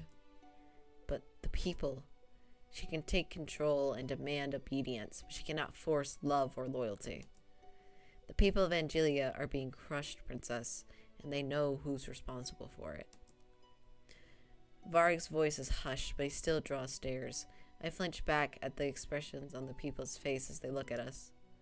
There's fear in their eyes. I instinctively retreat until I fall back into Varg. His hands tighten on my shoulders. They know that you're her daughter. These are the looks they've always given me. This is why they have feared me. Abruptly, Varg draws his cape around me, encasing me in darkness. When light finally filters back to consciousness, I am facing a completely different street. What did you do? Smoke and mirrors. Things might have gone out of hand back there, so I got us out. He suddenly releases me and nudges me forward. Can we return to the palace now? I grit my teeth. I still want to see the town. It is impossible to think that the entire place is so changed. How is that possible? Sir Mithero said Mother was out.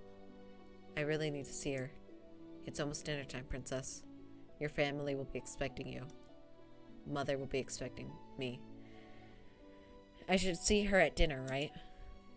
Thinking that everything that has transpired exhausts me, I rub my eyes and sigh. Fine, let us return. When I enter the dining hall, a familiar figure stands by one of the windows. I have not seen her for 4 years, and yet she remains unchanged. Standing before me is the only person whose love I have never doubted. Mother!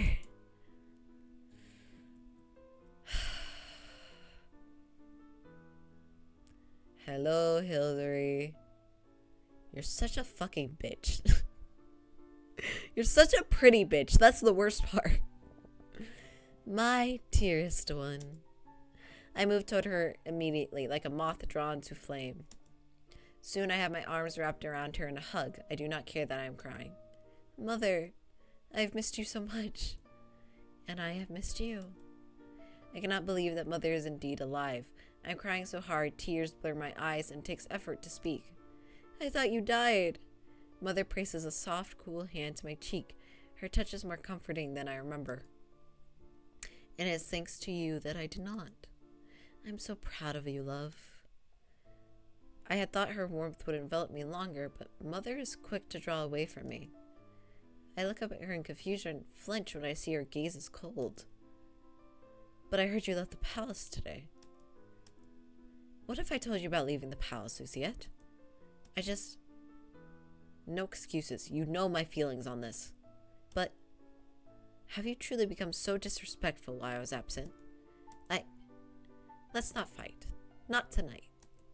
Yes, Mother. Come, sit. I take my usual chair and stare at the vacant seats in front of me. There's heaviness in my chest as I remember who sat in them. Those are Ophelia, Rod, and Emily's places. And the king.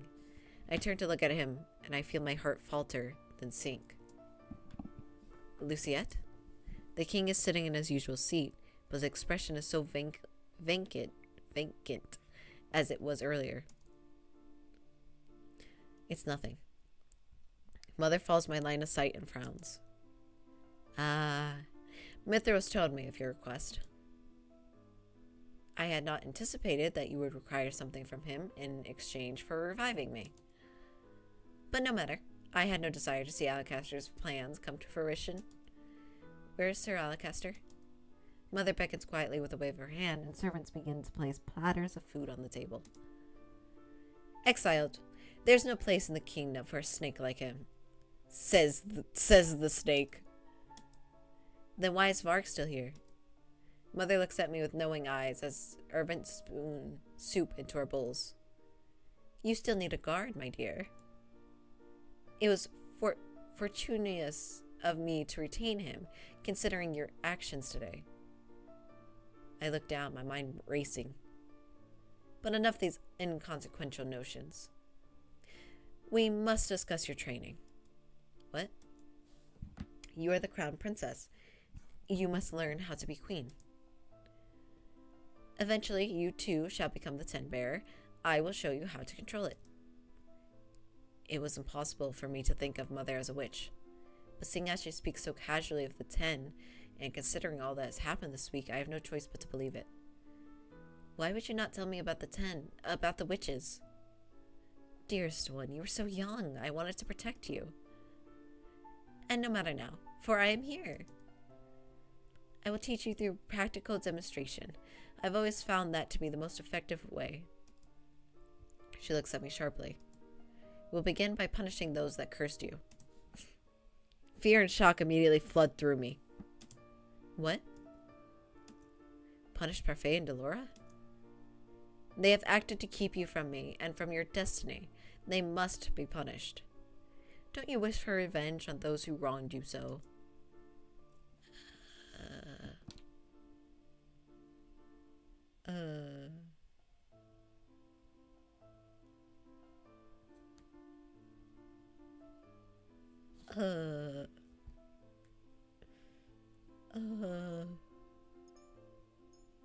No.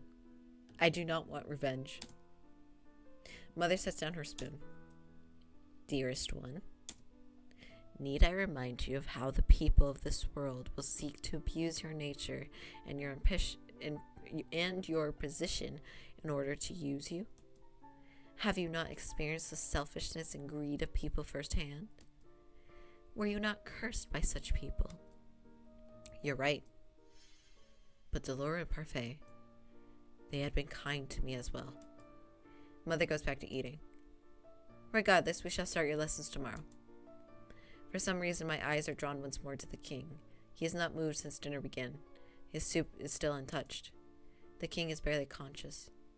Mother is right here, so close to me, and yet nothing feels right. You will succeed me in all things, my daughter. Mother speaks, my attention snaps back to her. I expect nothing but your full devotion to this task. I mechanically bring a spoon of soup to my mouth and swallow without tasting. Could I really punish anyone? Oh, my dearest one. Mother's voice pulls me from my thoughts.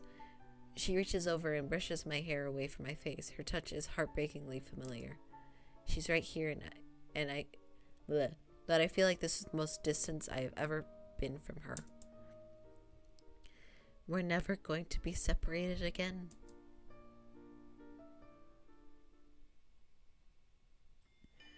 Uprising! Oh, that is chapter 8.